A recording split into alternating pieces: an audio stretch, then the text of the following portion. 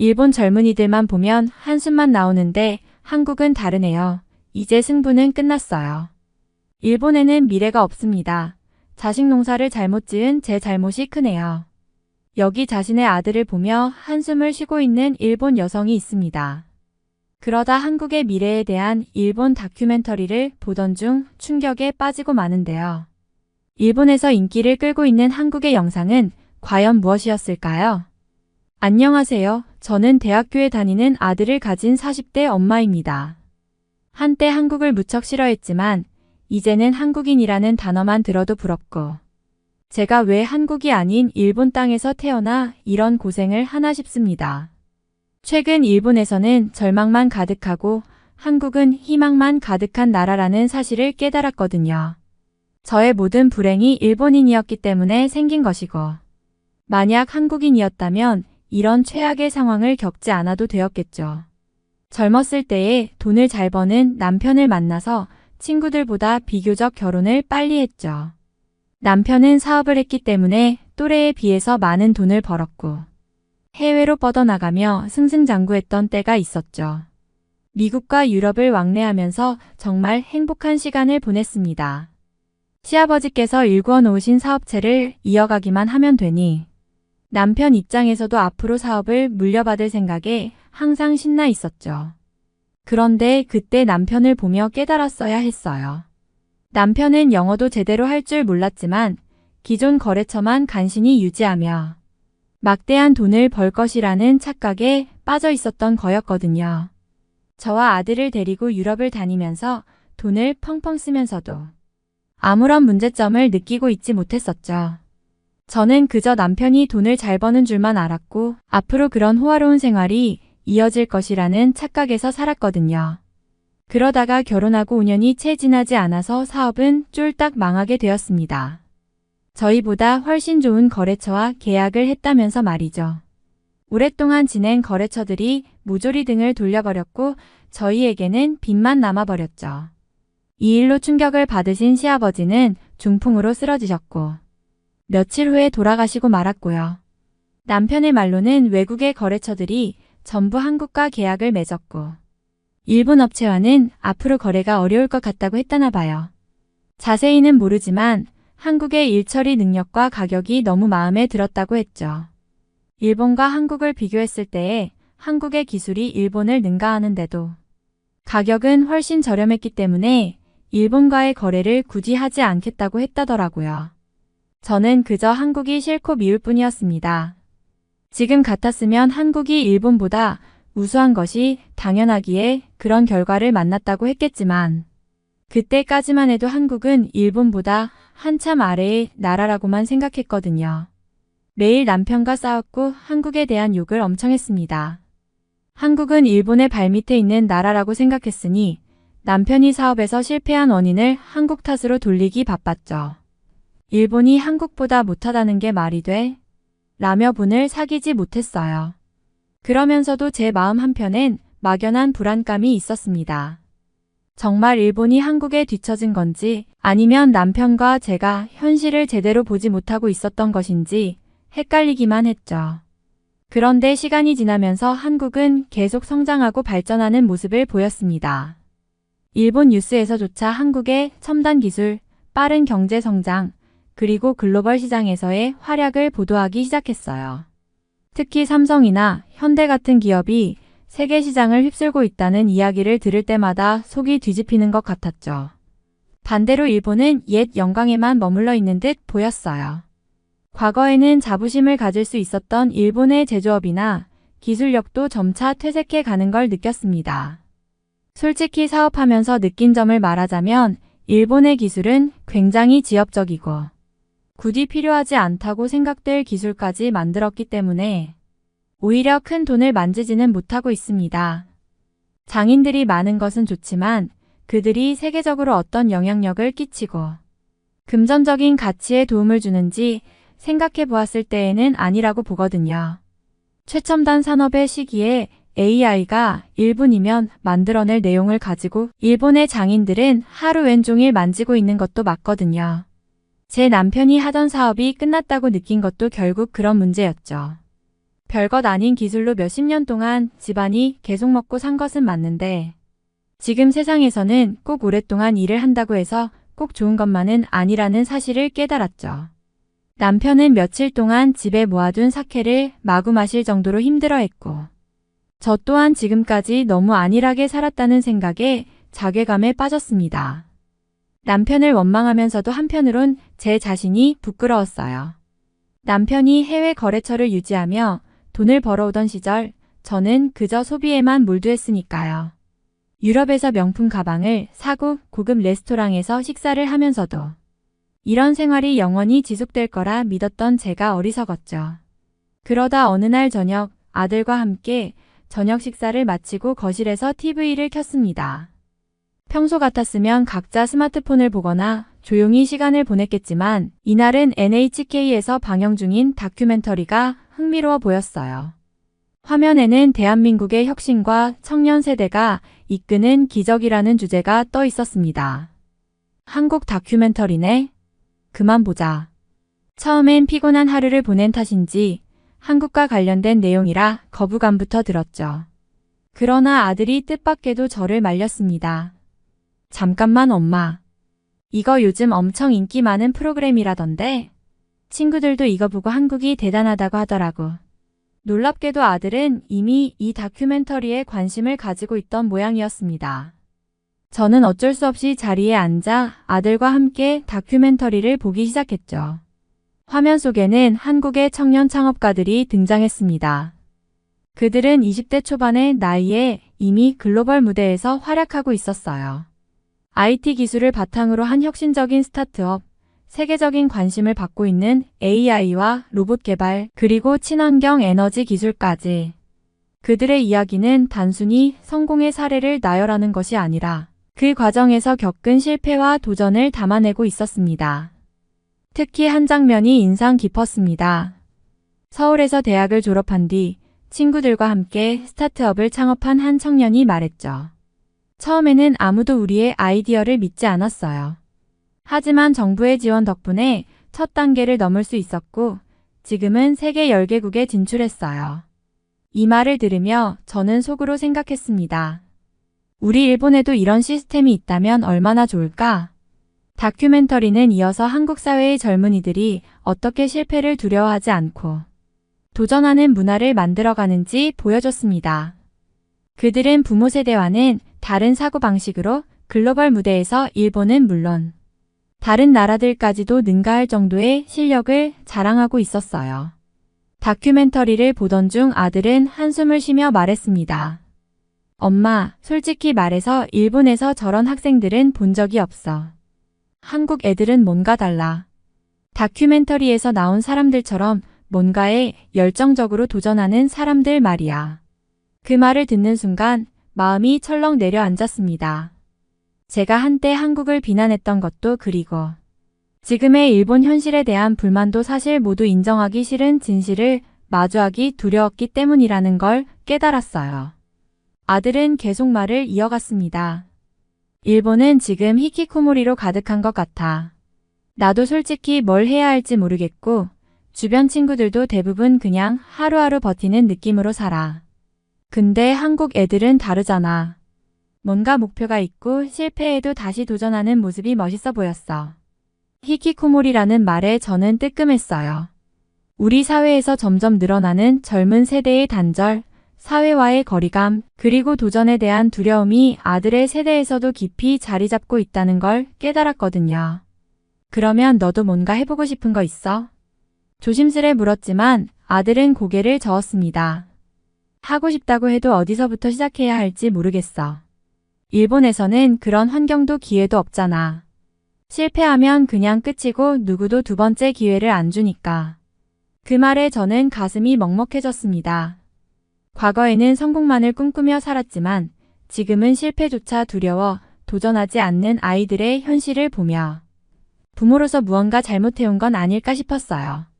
아들의 이야기를 들으며 다시 다큐멘터리에 집중하던 중 한국의 사업 재도전 지원 프로그램에 대한 내용이 나왔습니다. 사업 실패를 경험한 자영업자들이 다시 일어설 수 있도록 정부가 체계적으로 지원하는 다양한 프로그램들이 소개되고 있었어요. 화면에는 한 식당 주인이 나와 자신의 이야기를 들려줬습니다. 처음에는 가게가 망하고 모든 걸 잃은 줄 알았어요. 그런데 정부에서 재기 프로그램을 통해 재교육도 받고 재창업 자금을 지원받아서 다시 시작할 수 있었죠. 지금은 같은 실수를 반복하지 않으려고 열심히 배우고 있습니다. 그 말을 듣는데 갑자기 남편의 얼굴이 떠올랐습니다. 남편이 사업에 실패했을 때 일본에서는 그런 지원을 전혀 받을 수 없었죠. 오히려 빚더미에 올라앉은 저희를 더욱 압박하는 사회 분위기만 존재했습니다. 주변에서는 실패를 책임지라며 손가락질했고 심지어 가족들조차 등을 돌린 경우도 있었으니까요. 저희 부부는 재기할 기회는커녕 다시 시작할 의욕조차 잃어버릴 수밖에 없었던 겁니다. 아들도 이 장면을 보고 분노 섞인 목소리로 말했습니다. 왜 일본엔 저런 게 없지? 실패한 사람은 그냥 끝인가? 사업이 실패하면 사회적으로 매장당하는데 한국은 실패를 도와주는 프로그램도 있고 오히려 재도전할 수 있게 지원까지 해주는 거야. 너무 부럽다. 사실 남편도 사업 실패 후 갱생의 기회를 간절히 원했지만 일본에서는 그런 시스템이 전무했어요. 그저 자신이 선택한 길이니 감당하라는 식의 사회적 분위기와 실패는 곧 낙오라는 인식만 존재했죠. 그에 비해 한국은 실패를 성장의 과정으로 여기고 사회적으로 재기를 돕는 구조를 만들어가고 있었습니다. 엄마, 일본에서 사업 실패하면 그게 끝이지. 다시 시작할 엄두도 못 내게 만들어 버리잖아. 근데 한국은 완전 다르네. 아들의 말에 저는 묵묵히 고개를 끄덕였습니다. 저도 같은 생각이었으니까요. 그날 밤 저는 잠이 오지 않았습니다. 한국에서는 실패한 사람들에게 다시 일어설 수 있는 기회를 주는데 일본은 왜 이런 시스템이 없는 걸까? 과거에는 일본이 더 나은 나라라고 믿었지만 이제는 그 믿음이 흔들리기 시작했습니다. 저는 스스로에게 묻지 않을 수 없었습니다. 한국처럼 실패를 도와주는 시스템이 있었다면 우리 가족도 이렇게까지 무너지진 않았을 텐데. 아들은 한참 동안 조용히 있다가 작은 목소리로 말했습니다. 사실 엄마한테 이런 말 하면 안 되는 줄 알았는데 한국 사람들이 정말 부러워. 그 말을 듣고 가슴이 철렁 내려앉았습니다. 아들의 입에서 부럽다라는 말이 나올 줄은 몰랐거든요. 저는 무심코 물었습니다. 왜 이제야 그런 말을 해? 아들은 고개를 푹 숙이며 답했습니다. 한국 얘기만 하면 아빠가 화내잖아. 예전에도 내가 한국 기술 대단하다고 했더니 아빠가 얼굴이 시뻘개져서 소리쳤잖아.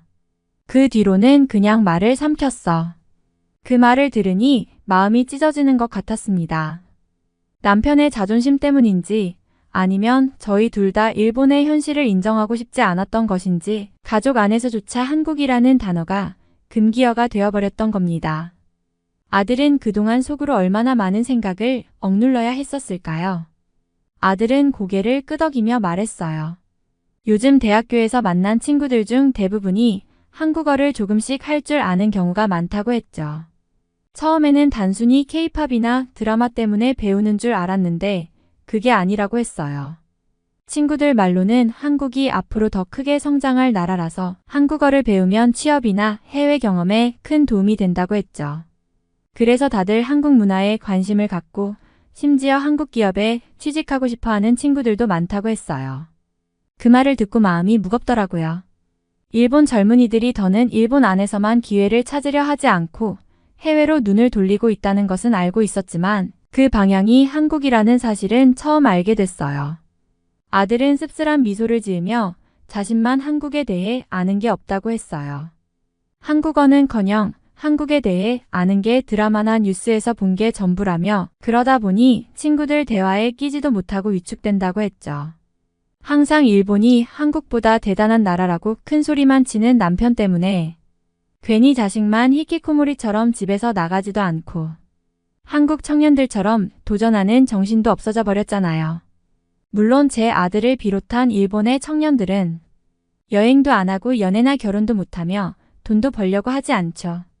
젊은 한국인들이 현재 아르바이트를 예전보다 굉장히 많이 한다던데 일본인 청년들은 전부 집에서 주는 밥이나 먹으면서 백수의 삶을 이어가고 있거든요.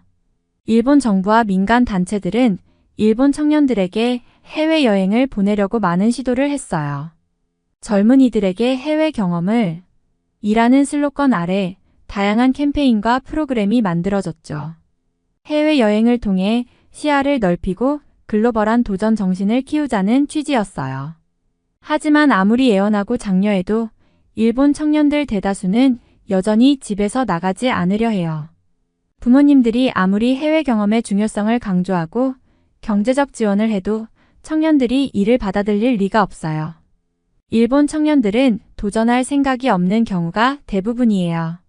왜냐하면 그들 중 많은 사람들은 집에서 편안하게 지내는 것이 가장 중요하다고 생각하고 새로운 환경에 나가는 것보다는 익숙한 곳에서 안정감을 느끼기를 선호하거든요. 부모가 아무리 해외로 보내려 해도 그들은 외부의 세계에 대해 흥미를 가지지 않아요. 결국 부모의 기대와는 달리 그들은 여행은 물론 자신을 변화시키는 어떤 도전에도 관심이 없어요. 저희 아들도 그랬어요. 해외에 나가보라고 얼마나 권유했는지 모르겠어요. 넓은 세상을 보고 다양한 사람들을 만나면 너의 시각이 달라질 거야 라고 말했지만 아들은 그런 제 말에 전혀 관심을 보이지 않았어요. 결국 여행을 떠나려는 의지가 전혀 없었어요. 아무리 애원해도 그저 집에서 나가지 않고 편안하게 보내고 싶어 했죠. 그리고 그런 마음은 일본 청년들 대부분에게서 느껴지는 모습이었어요. 결국 일본에서의 이런 시도들은 효과를 보지 못했고 일본 청년들이 새로운 경험을 하려는 열망은 여전히 부족한 상태로 남아 있어요. 그들은 해외로 나가는 것보다는 집에서 부모의 보호 아래 살며 자신이 가진 안정적인 환경을 유지하려는 경향이 강해요. 한국 청년들의 도전 정신과는 너무도 다른 모습이죠. 중년 이상층의 모습도 마찬가지였어요. 그들 또한 무엇인가를 배우려는 의지가 부족한 경우가 많았어요. 아직까지 스마트폰을 제대로 사용할 줄 모르는 사람들이 많고 유튜브가 무엇인지조차 모르는 제 또래들도 많아요. 저희 부모님 세대나 그보다 더 나이가 많으신 분들은 새로운 기술이나 인터넷을 배우려 하지 않아요. 스마트폰을 손에 쥐고 있으면서도 그 기능을 제대로 활용하지 못하는 경우가 많고 그저 기본적인 전화와 문자 정도만 할 수 있는 정도죠. 특히 유튜브 같은 플랫폼은 그들에게는 너무 복잡하고 낯선 세상 같아요. 그게 뭐가 좋다는 거냐? 며 신기해하지만 막상 사용해 보려고 하면 어떻게 시작하는 건지 모르겠다며 포기해버리곤 하죠. 그런 모습이 자주 눈에 띄어요. 그런 세대는 디지털 세계에 대한 관심이 적고 새로운 것에 대한 호기심도 별로 없는 경우가 많아요. 그들은 예전 방식을 고수하며 예전의 안정된 방식으로만 살아가려고 하죠. 심지어 주변에 이런 중년 이상층이 많다는 걸 깨닫고 나니 일본 사회 전반에서 변화에 대한 저항이 얼마나 큰지를 느낄 수 있었어요. 새로운 기술을 배우려는 노력이나 시도는 거의 없는 상태에서 변화에 대한 두려움만 커지고 있죠. 그들은 새로운 것을 배우는 것보다 익숙한 것에서 벗어나지 않으려는 경향이 강한 세대예요. 이런 중년 이상의 세대의 모습은 일본 사회 전반에 큰 영향을 미친다고 생각해요. 젊은 세대에게 영향을 미치는 것뿐만 아니라 더 나아가 사회와 국가 전체의 발전에도 제약이 되는 경우가 많죠. 새로운 기술이나 문화가 끊임없이 등장하는 시대에 그들은 변화보다는 안정과 익숙함을 추구하며 살아가고 있어요. 결국 저는 그 다큐멘터리를 계기로 남편을 졸라서 한국에 가자는 말을 했습니다. 그동안 한국에 대해 부정적인 생각만 가지고 있었던 저였지만 그 다큐멘터리를 보고 나니 이제는 직접 가서 한국의 현실을 보고 싶다는 마음이 들었어요. 그래서 남편에게 간절하게 한국에 가자고 했습니다. 하지만 남편은 그 말을 듣고 정말 많이 혼났어요. 남편은 한국에 대한 생각이 여전히 부정적이었기 때문에 제가 그런 말을 하자 화를 내며 반대했어요. 왜 굳이 그런 나라에 가려고 하냐? 고 하면서 한국에 대한 안 좋은 편견을 여전히 갖고 있었죠. 저도 그때는 정말 너무 당황했어요. 우리가 한국을 제대로 알지도 못하고 단지 남편의 고집 때문에 그런 기회마저 놓칠 수 있다는 생각에 마음이 답답했어요. 남편은 한국이 아직도 일본보다 못한 나라라고 생각했기 때문에 그곳에 가는 것은 시간 낭비라며 계속해서 저를 말리려 했어요. 하지만 저는 더 이상 그동안 억눌려왔던 한국에 대한 호기심을 참을 수가 없었죠. 나중에는 싸우기도 했고 결국 남편이 큰 소리로 왜 그럴까? 라고 소리쳤을 때 저도 더 이상 조용히 있을 수 없었습니다.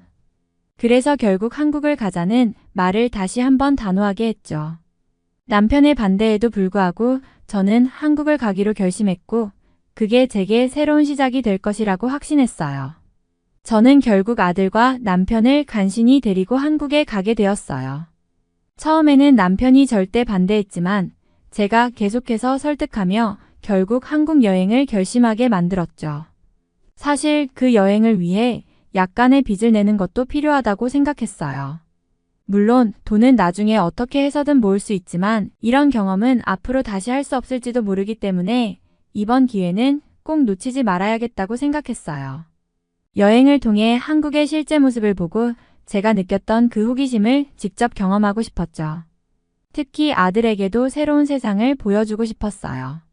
일본에서만 살면서는 접할 수 없었던 다양한 문화와 사람들을 직접 보고 경험하는 것이 얼마나 중요한지 깨닫게 되었으니까요. 그래서 조금 더 용기를 내서 그동안 아껴둔 돈을 조금씩 모아 여행을 준비했어요. 한국에서의 그 특별한 경험이 저와 아들에게 큰 변화가 될 것이라고 믿었기 때문이에요. 그렇게 남편이 그렇게 싫어하는 한국에 도착했을 때 처음에는 정말 불안하고 마음이 떨렸어요. 남편은 계속해서 불평을 늘어놓았고 아들도 처음에는 흥미를 느끼지 못했죠. 하지만 한국에 도착하고 나서 우리는 너무나 충격적인 일들을 경험하게 되었습니다. 일본에서 느끼지 못했던 것들과는 너무나 다른 현실을 목격한 거죠. 첫 번째 충격은 한국의 교통 시스템이었어요. 공항에서부터 시작해서 택시나 버스, 그리고 특히 지하철까지 모든 것이 너무 효율적이고 깔끔했어요. 일본의 교통도 물론 훌륭하지만 한국은 그보다 더 빠르고 편리했어요. 지하철 안에서는 사람들도 모두 질서 있게 서 있고 짧은 시간 안에 원하는 곳으로 이동할 수 있었습니다. 일본의 지하철 시스템도 좋지만 이런 점에서 한국은 훨씬 더 현대적이고 체계적이라는 생각이 들었죠. 다음으로 충격적이었던 건 한국의 상업과 음식 문화였습니다. 한국의 음식점들은 정말 다양한 선택지가 있었고 서비스는 항상 빠르고 친절했어요. 음식도 너무 맛있고 가격 대비 양도 많아서 너무 만족스러웠습니다. 일본의 음식도 훌륭하지만 한국은 음식뿐만 아니라 사람들이 느끼는 효율성이 전반적으로 잘 이루어졌다는 느낌을 받았죠. 정말 일본보다 더 훌륭하다는 생각이 들었습니다. 또한 한국의 젊은 사람들, 특히 청년들의 에너지는 정말 놀라웠어요. 아들이 한국에 대해 이렇게 말을 했을 때 저는 그때서야 아들의 말이 맞다는 걸 실감했어요. 한국의 청년들은 굉장히 열정적이고 도전적이었어요. 거리 곳곳에서 자주 볼 수 있었던 창업하는 청년들, 새로운 기술을 배우려는 모습들, 다양한 분야에서 활동하는 젊은 사람들이 정말 많았죠. 반면 일본은 그저 집에서 나가지 않고 아무런 도전도 하지 않으려는 청년들이 많은 현실을 직시하게 되었어요. 가장 충격적이었던 건 한국의 기술력과 기업 환경이었습니다. 우리가 삼성이나 현대 같은 기업의 본사를 방문했을 때 그 규모와 발전 속도에 정말 깜짝 놀랐어요. 일본에서 자랑스럽게 생각하던 기술력들이 이제는 한국에 밀려나는 시대가 되었음을 실감했죠. 한국의 첨단 기술과 혁신적인 기업들이 세계 시장에서 주도하는 모습을 보며 일본의 한계와 느려진 발전 속도에 대해 깊은 생각을 하게 되었습니다. 이 모든 것을 보면서 저는 남편에게 다시 한번 고백할 수밖에 없었어요. 우리가 정말 한국에 대해 얼마나 잘못된 시각을 가지고 있었는지 알겠어요. 한국은 일본보다 더 나은 점이 많고 우리가 상상했던 것보다 훨씬 더 강한 나라였어요. 남편은 처음에는 말을 잇지 못했지만 그 후로는 조금씩 한국에 대한 편견을 접고 변화의 필요성을 느끼기 시작했어요.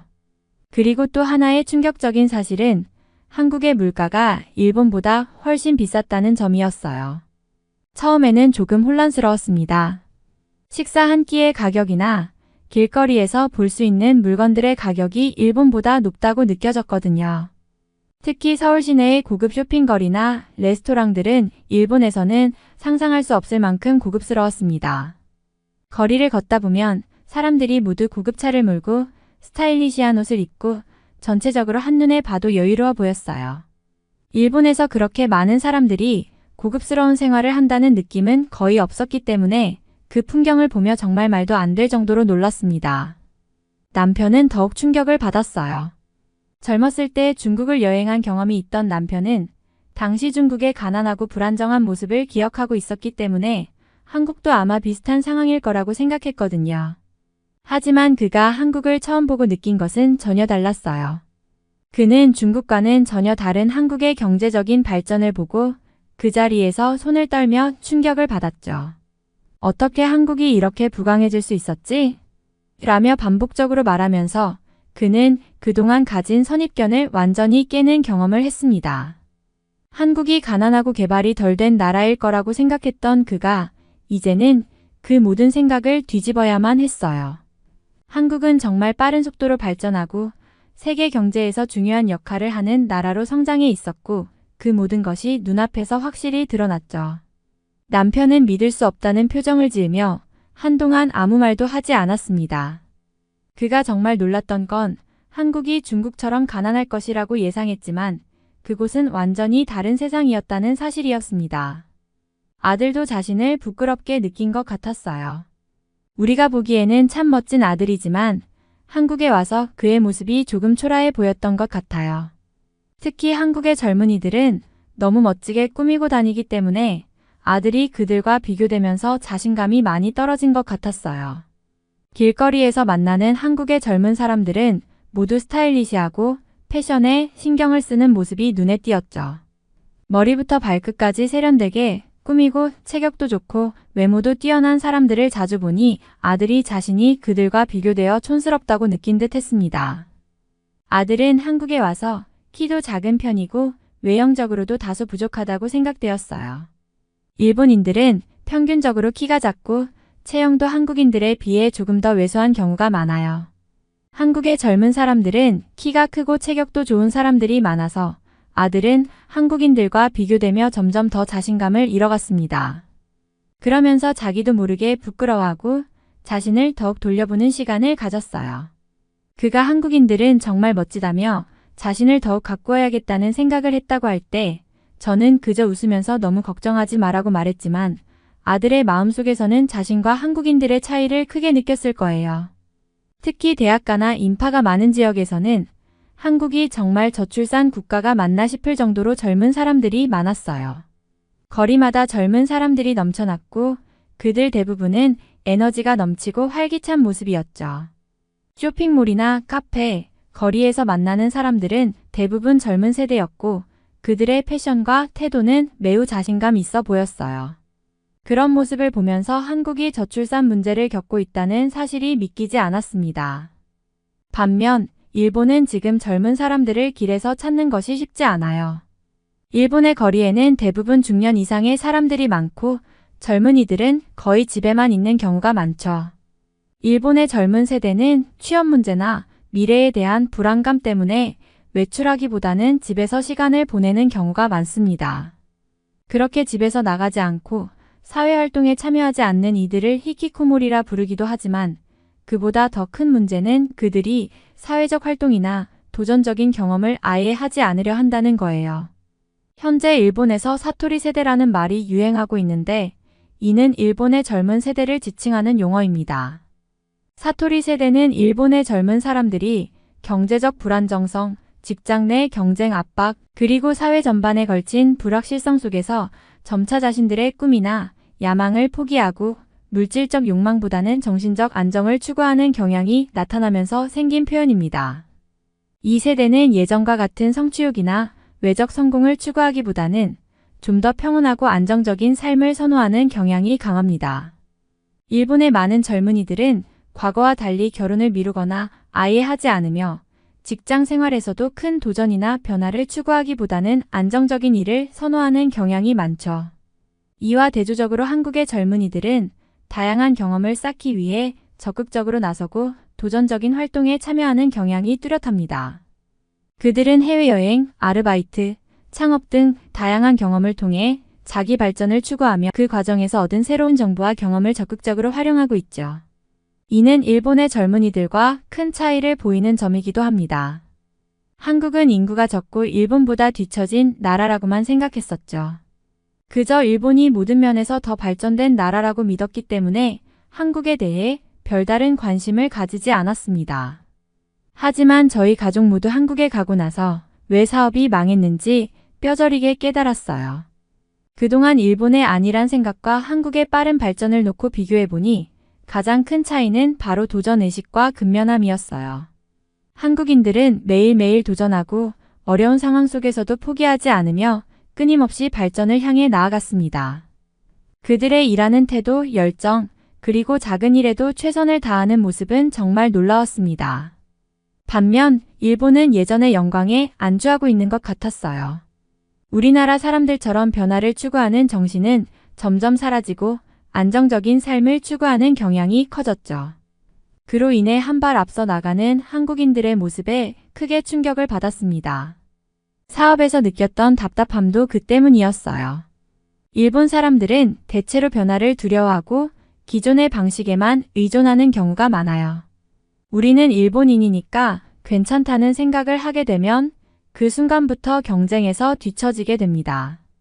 일본의 방식만 고수하며 도전적인 정신을 발휘하지 않으면 어떤 분야에서든 결국 뒤처지게 되는 걸 한국에서 경험하며 깨닫게 된 거죠. 사실 한국인들이 하는 일의 방식, 그들의 정신력은 일본인이 도저히 따라갈 수 없을 정도로 강한 에너지를 가지고 있었습니다. 그들의 근면함과 도전 정신은 우리와 비교할 수 없을 정도로 뛰어난 거였죠. 일본인으로서 그 사실을 인정하기가 너무나 답답했고 무기력하게 느껴지기도 했습니다. 본에 돌아가니 한국에서 느꼈던 활기를 찾을 수가 없었어요. 거리마다 넘쳐나는 젊은 에너지와 도전적인 분위기, 그리고 사람들의 열정적인 삶의 태도를 한국에서 경험한 후 일본의 일상은 너무나 조용하고 무미건조하게 느껴졌습니다. 한국에 대한 생각이 머릿속에서 떠나지 않았고 그곳에서의 삶이 너무 부러워졌어요. 아들에게는 계속 한국에 가서 살라고 말하지만 그는 도저히 그곳에서 살고 싶지 않다고 해요. 집에서 아르바이트를 하며 특별한 도전 없이 평범하게 살고 싶다는 그의 모습이 너무 답답하게 느껴집니다. 한국에서 만난 사람들처럼 열정적으로 살고 무엇인가를 이루려는 의지가 없다는 생각에 속이 터질 지경이에요. 정말 한국 사람들은 부럽습니다. 그들은 끊임없이 도전하며 자아를 실현하려고 애쓰는 모습이 눈에 선합니다. 그들처럼 살아보지 못한 채 일본에서 계속 무기력하게 하루하루를 보내는 것에 대한 답답함이 커져만 갔습니다. 한국에 살고 싶은 마음이 계속 커지면서 아들 역시 그곳에서 더 나은 삶을 살아갈 수 있을 거라는 생각을 했지만 결국 그가 원하는 삶을 이해하려고 하니 더욱 힘들어지더라고요. 한국의 젊은이들과 한국의 부모 세대가 너무 부러울 뿐입니다. 앞으로 일본과 한국의 격차는 점점 벌어질 것이 분명하고 일본은 점점 쇠퇴할 것 같다는 생각만 드네요. 이번 사연은 여기서 마무리하도록 하겠습니다. 끝까지 시청해주셔서 감사드립니다. 좋아요와 구독은 영상 제작에 큰 힘이 됩니다. 꼭 한 번씩만 눌러주세요. 감사합니다.